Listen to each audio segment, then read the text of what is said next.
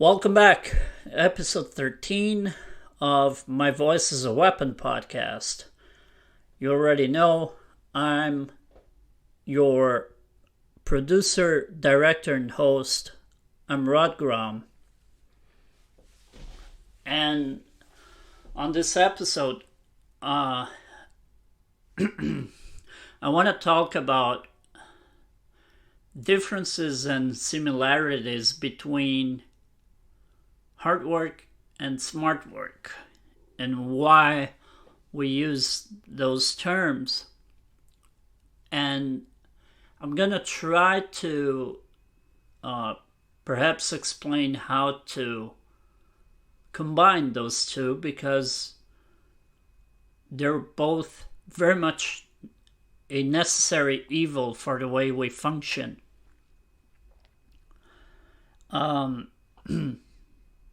Now I know I made some, perhaps a way to describe this would be, I made some complaints about the industrial complex system and how robotic we became when we started fully entering that system. Perhaps now I'm going to give a little bit of a different point of view, a more positive way towards why the Industrial Revolution was good, because I made a very, I think I had a lot of logic argument for the things that I said about that system and why it is starting to break down. But there is a good part of that I didn't bring up. There is a good side of that system that it did make things work for most of us. For one, it gave accessibility to new employment. A whole new way of working was installed. And of course, at the time, it was a very innovative way of doing things. It's when the cities started to grow at unrelenting pace, because the industries were located mostly in big cities. Therefore, one of the negative aspects of that was a lot of the agricultural environment type of employments started to disappear. But at the same time, and directly correlated to that, new machinery came in to actually help that environment just as much as other industries. And it's very interest input. You know, I'm talking about a subject that really need to be analyzed forward and studied. We are we're already in the midst, of a technological revolution that already took over, and it's starting to take over even more now. And for a few years, we didn't realize that. We're finally starting to look at this technological takeover more deeply now. We're starting to understand what is happening. And of course, technology wouldn't exist without industry. So in a way, industry keeps existing thanks to technology. But there are many changes that are coming to that are adapting to the new ways and circumstances. And I think one of the biggest reasons we have more acknowledgement about all of this is because of COVID. Because now we have more time to investigate that type of stuff and work a little more with what it means, because it is true that there's a lot of hard work being done, but perhaps there's more efficient ways of doing that hard work that would make it easier, because we're starting to realize in a lot of aspects that, hard work pays off, but we don't need to kill ourselves in order to, have a good lifestyle. There's better ways to do things. So we train ourselves to not only keep working hard, but working smarter and managing our own time in a much better way, a much more efficient way, more practical as well, And perhaps we could look at it as cutting corners, because at the end of the day, we're not cheating because it isn't a game. We're just, if we have to cut corners, if it's a smart way to make us get there, then what's the harm in cutting corners? Of course, if you cut corners the wrong way, then there lies a problem, right? But as long as we find practical ways to solve something that took us, and we've been doing this forever. Industry took us to this place. It takes a lot shorter to build up a tent storage building nowadays, because we cut corners with machinery that help us with a lot of heavy weight load material that we have to carry on, so in a lot of aspects, cutting corners is a smart way to do the job, to get the job done. And it's also, in many ways, a lot safer. Think about it, right? But, of course, there's the right way of cutting corners and there's the wrong way of cutting corners. And the wrong way is when we try to find a sleazy way to, not do what we have to do. And that's the wrong way. If you're clever enough to actually bring up a valid solution that makes everything go smoothly, quicker, and safer, then that's smart. That's not cutting corners. That is a smart idea that is getting to be put in practice by the rest of the personnel. Now,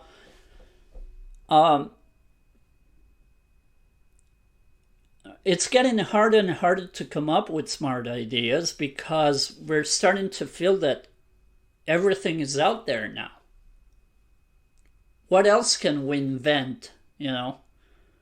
Of course, we dream about time traveling and all of that seems so far-fetched yet. We dream about,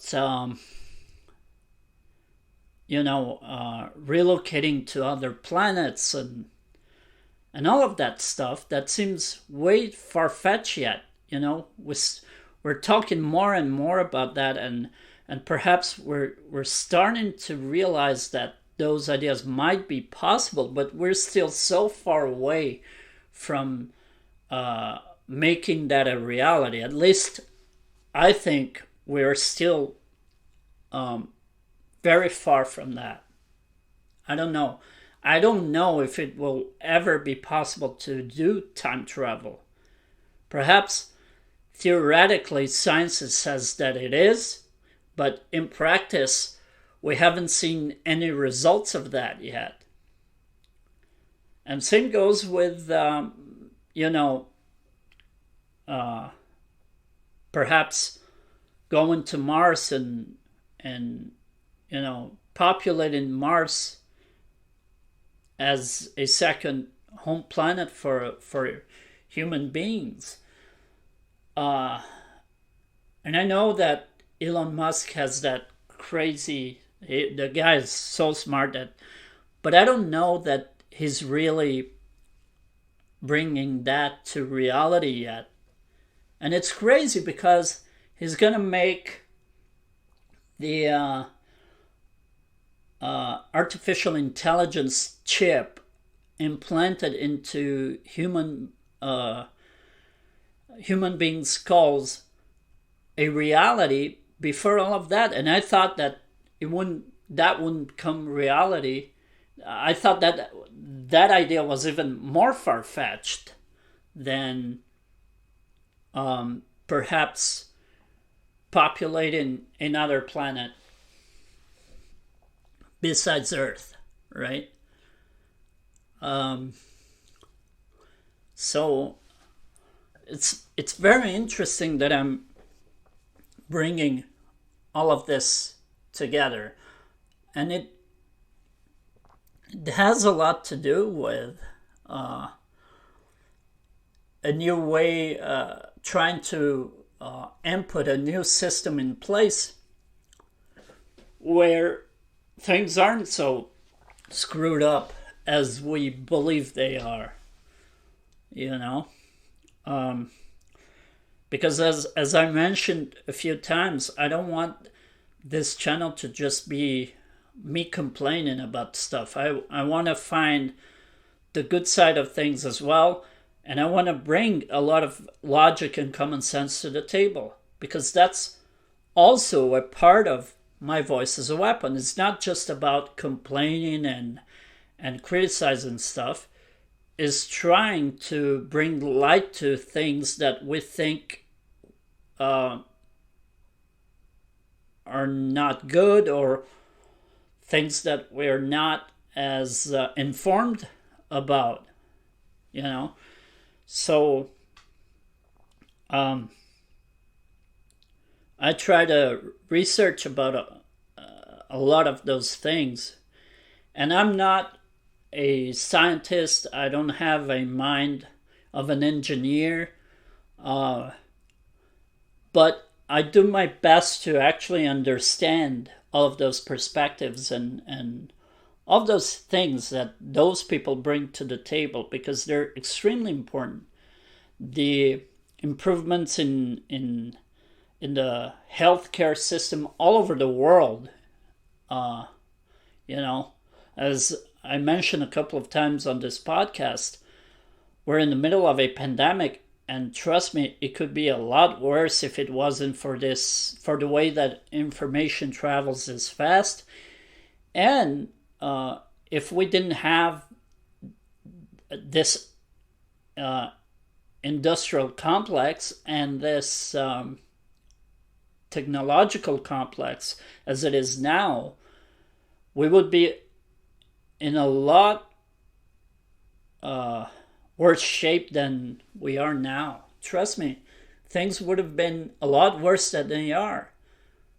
We are managing a pandemic in a way that we couldn't do 30 years ago. So it's good to actually recognize the progress in those fields, and make everybody understand that not everything is so dark and horrible out there. There's a lot of good things happening as well. And that's the powerful message of My Voice as a Weapon. It's to understand the way of complaining about stuff has to have some common sense and logical argument behind, because if we only put frustration and anger into the complaint, we go nowhere, because we completely lose the reasonable aspect of the complaint in hand. So we have to avoid that. And believe me, for me, that's the hardest part.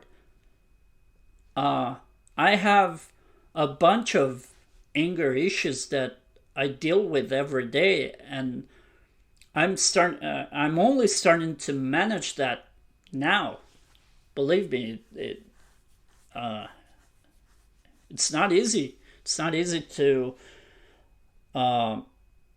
being able to actually behave like an adult in a situation where, for example, you're at an airport and you waited for your luggage for an hour, and when you finally get your luggage, you realize that the luggage is broken, has been compromised, someone opened it.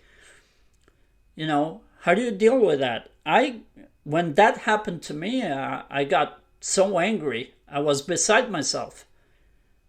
And I couldn't control it. I let my emotions get the better of me. And when I went to the flight company desk at the airport, I was so enraged that instead of going in with a cool head and trying to explain what happened, I just started to unload curse words and insults to the administrator that was there, and that's not good. That doesn't help my case at all, because instead of making them trying to come up with a solution, you make them nervous as well. So they start to be put in a place where they're uncomfortable. They don't really find a way to help us because we are just there putting them under more pressure. And believe me, those people, they work hard. They're not there doing nothing. We have to respect the fact that they're workers just like we are, And yeah, there's an argument that flight companies make a lot of mistakes, but that's the corporate side, I don't think that their workers are responsible for that. They're just trying to do their job according to how those companies want them to act. So it's very easy to just go and shout at someone that made a mistake while working, and you don't even know. Maybe it's not their mistake. They're just there. They're actually there to take in your complaint.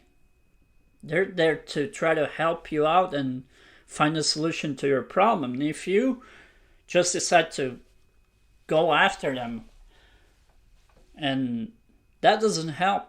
It didn't help my case then, It took me, instead of going there with a cool head and explaining, look, I'm stressed and this happened, and you need to fix this right away, which would be a very logical and understandable.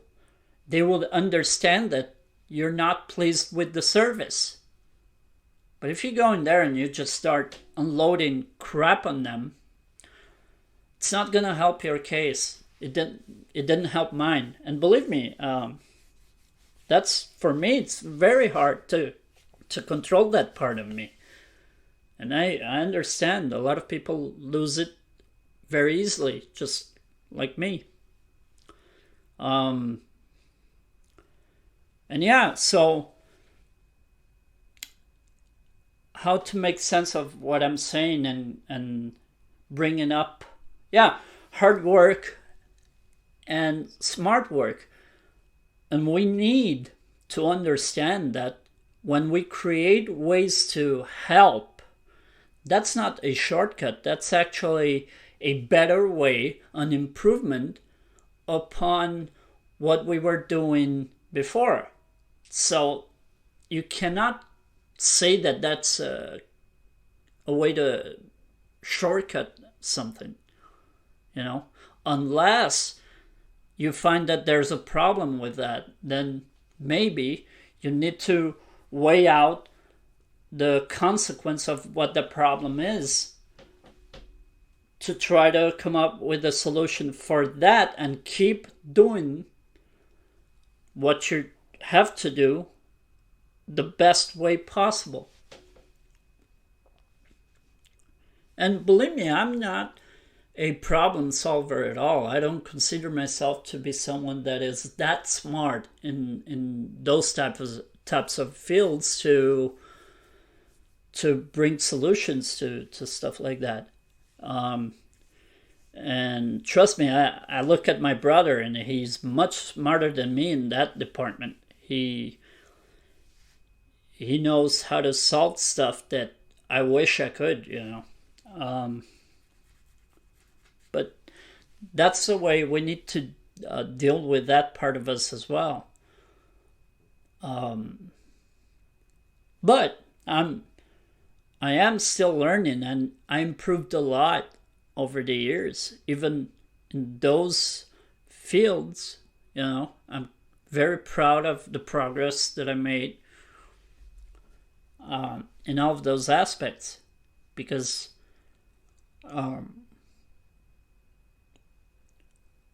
I think a little bit more before I go off the rails with my anger now.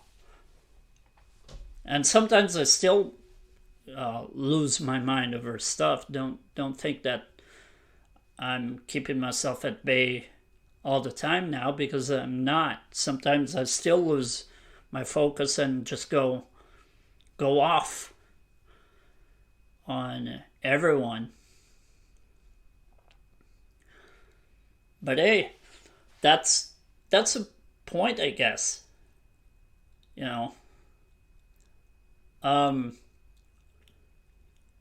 And that's one of the things that I'm realizing right now is how much more connected to all of those aspects of life we are, because we might not think too much about this, because it's that process where we become too automated in the system, and we don't stop to think, wait a minute, why am I doing this way, and why is the system working like this? Is this really, should we start changing our ways in that system? Perhaps now we do, after so many years, that system worked in a lot of ways. Now it's starting to break down because of the pandemic, because of crisis in many aspects. We have certain social crises and certain financial crisis around the world, then it's insolvent. And perhaps if we get stale and get stuck in our ways with those systems, because it's not just about complaining about the corruption. We have to make the complaints again. We have to make the complaints within reason, So what I'm trying to say here is perhaps the industrial complex needs a change because it is linked to the technological revolution that we have going on now. And perhaps that's why it needs to change. The events that we are seeing now on how to develop new ways of working, maybe it's time to switch up a little, and not being so glued to a system that makes us behave like robots, as I mentioned in a couple of episodes here on this podcast. It's a very interesting way of looking at this because I brought the more technical way of looking at this, then I brought the political vision of why the system is broken or is starting to break completely. And now I'm looking at what's the best way to not completely eliminate it, but change it accordingly and adapt it to a new system, slowly compacting the technological and industrial complexes together.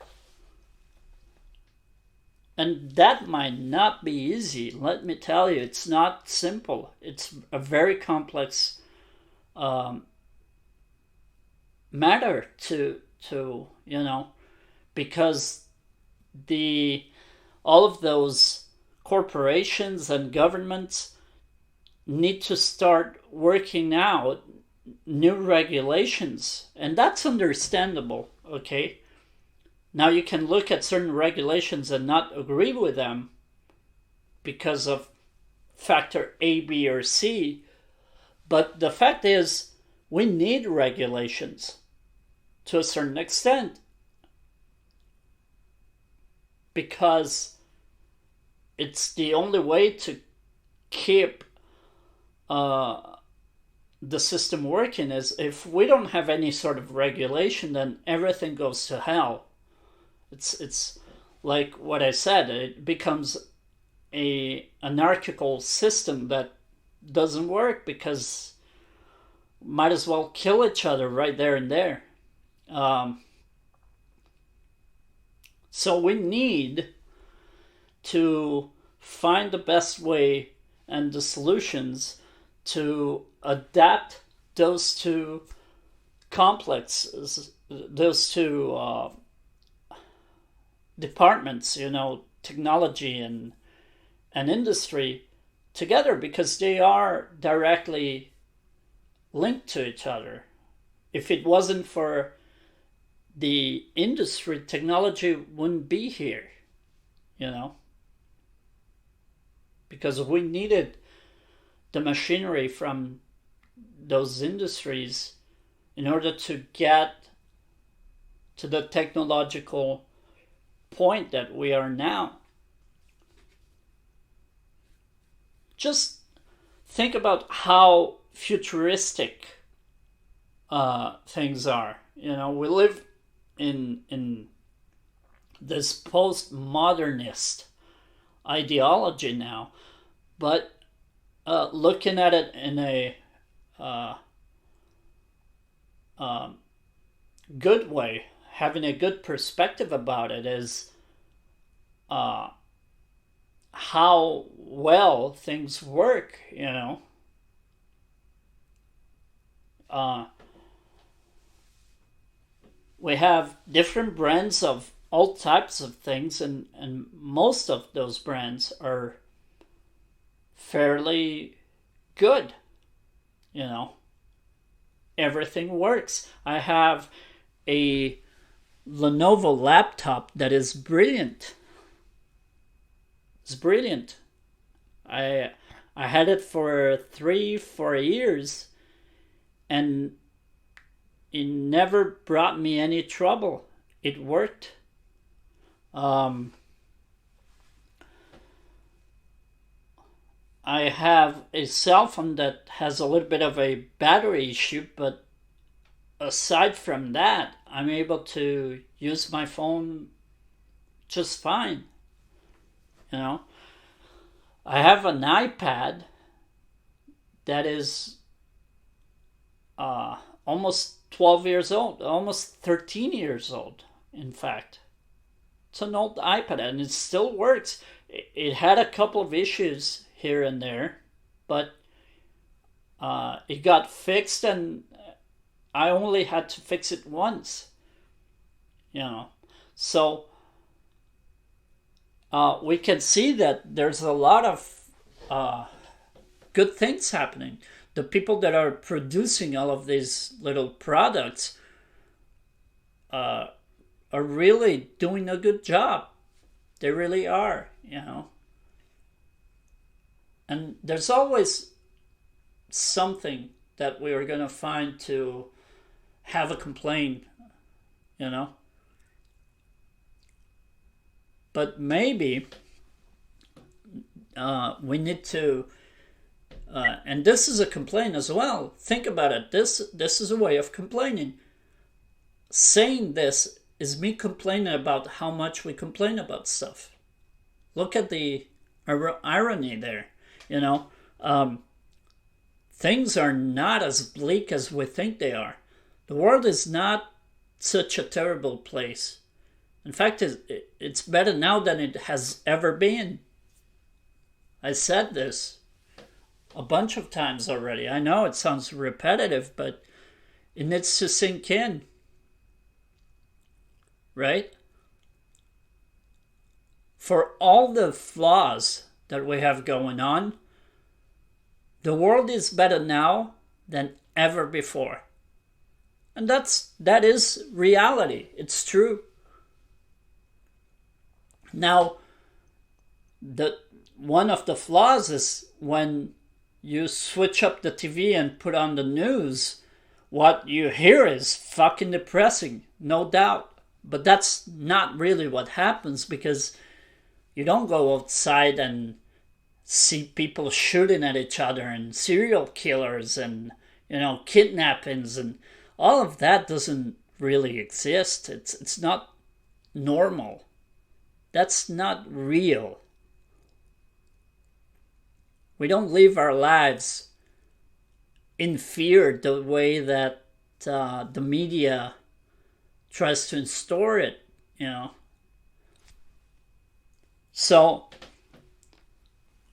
I always try to connect many subjects together as long as the logical argument makes sense for them to be connected to each other. And it's not always bad.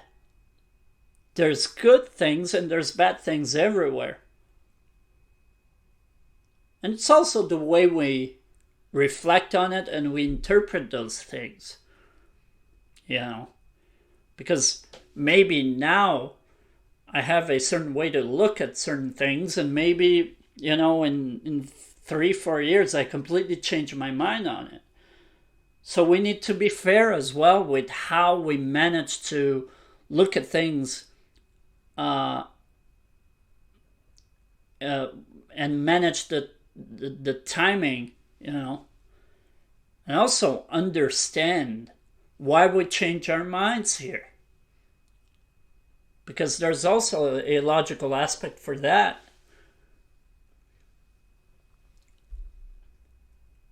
And it is embedded to how to make things better. The smart mindset says, if I can make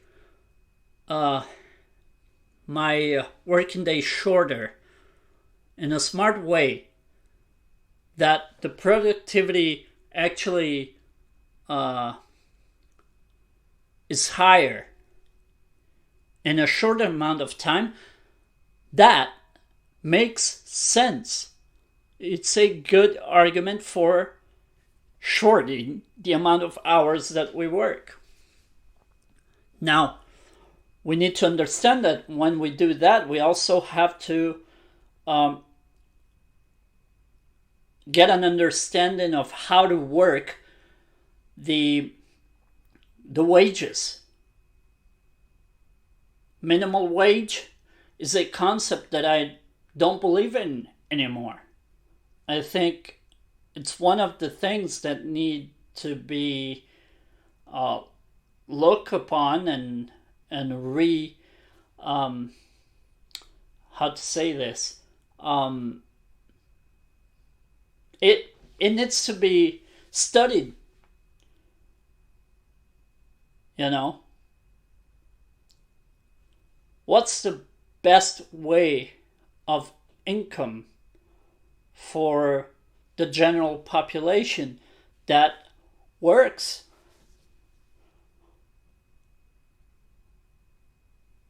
The people that need to get to work and the people that are in the workforce. We need to, and this is one of the things that I don't know what's the best way for it. I really don't. So I'm asking myself, what is a solution for the wages?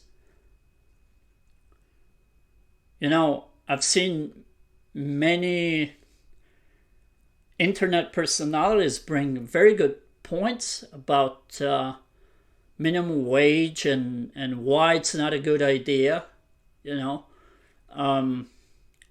Joe Rogan has said many times that the way we distribute minimum wages is lackluster, is not good anymore. It doesn't work. It needs a change. Now, I don't fully understand what he thinks a good wage distribution is, but I agree that it needs to change. Now, I'm not the one to bring the solution to that because I don't know what the solution is to that. So I'm not going to come on out here and bring some BS solution because I really don't know.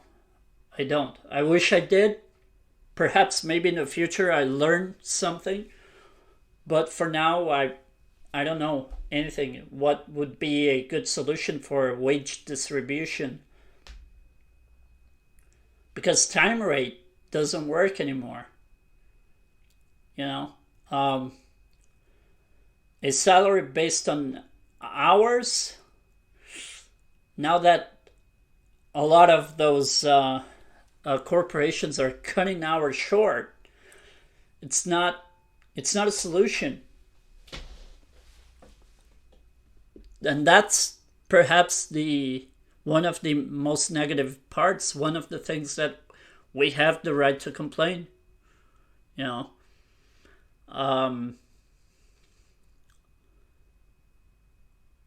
but yeah, as long as we keep finding ways to improve productivity, and that's not a shortcut, that's a smart idea that needs to be put in practice.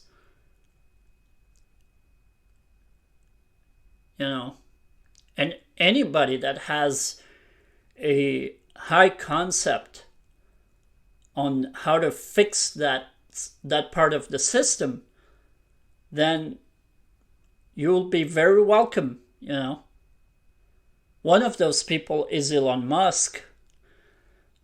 Maybe, and perhaps I'm saying maybe because I don't know if I trust him as much, but maybe I forgot his name. Amazon's former CEO. Maybe I can't remember his name now. Jeff Bezos. Jeff Bezos, right? Maybe he's one of them as well. But it's weird the way that he left Amazon. It makes me question a little bit his methods, But that's I guess we need to take a deeper look into those aspects and bring them all together in order to make things better. At the end of the day, that's what we want. Make things better for everyone. For everyone. Of course, individually, we might think our own way of what better is, but as long as it works for most of us, we can agree that that's the most important part of living life. So I'm thinking about bringing a second part to this edition of the podcast. So on episode 14, we're gonna perhaps continue this argument, and we'll see where it lands. Because I know that it may seem, no, it's not that it seems. I contradict myself at certain points, but I try to be as logical as I can in both ways and try to understand the right way and the wrong way and how to eliminate the wrong way and improve the right way of doing things. And that's why it's the complexity is there as well, because I relate all of those subjects together, and it's complex because there are too many factors in everything that compounds, so that's why there's always going to be contradiction in some places there. So for today, I'm gonna leave it at that. Once again, I want to thank you all. I don't know if I mentioned this at the beginning of the podcast, but I'm reaching over 11 countries with the podcast now. So that's awesome. That's great. The podcast is growing. It's going the right direction. And I'm going to bring another thank you note, more extended version of this thank you note that I'm giving now. And I'm going to mention how many downloads I've got so far and where they come from. So thanks for now. Welcome all the new listeners. And I will see you back here maybe tomorrow. I'll try to bring up a new episode tomorrow. And yeah, that's it. Thank you very much once again, and keep listening. Good day.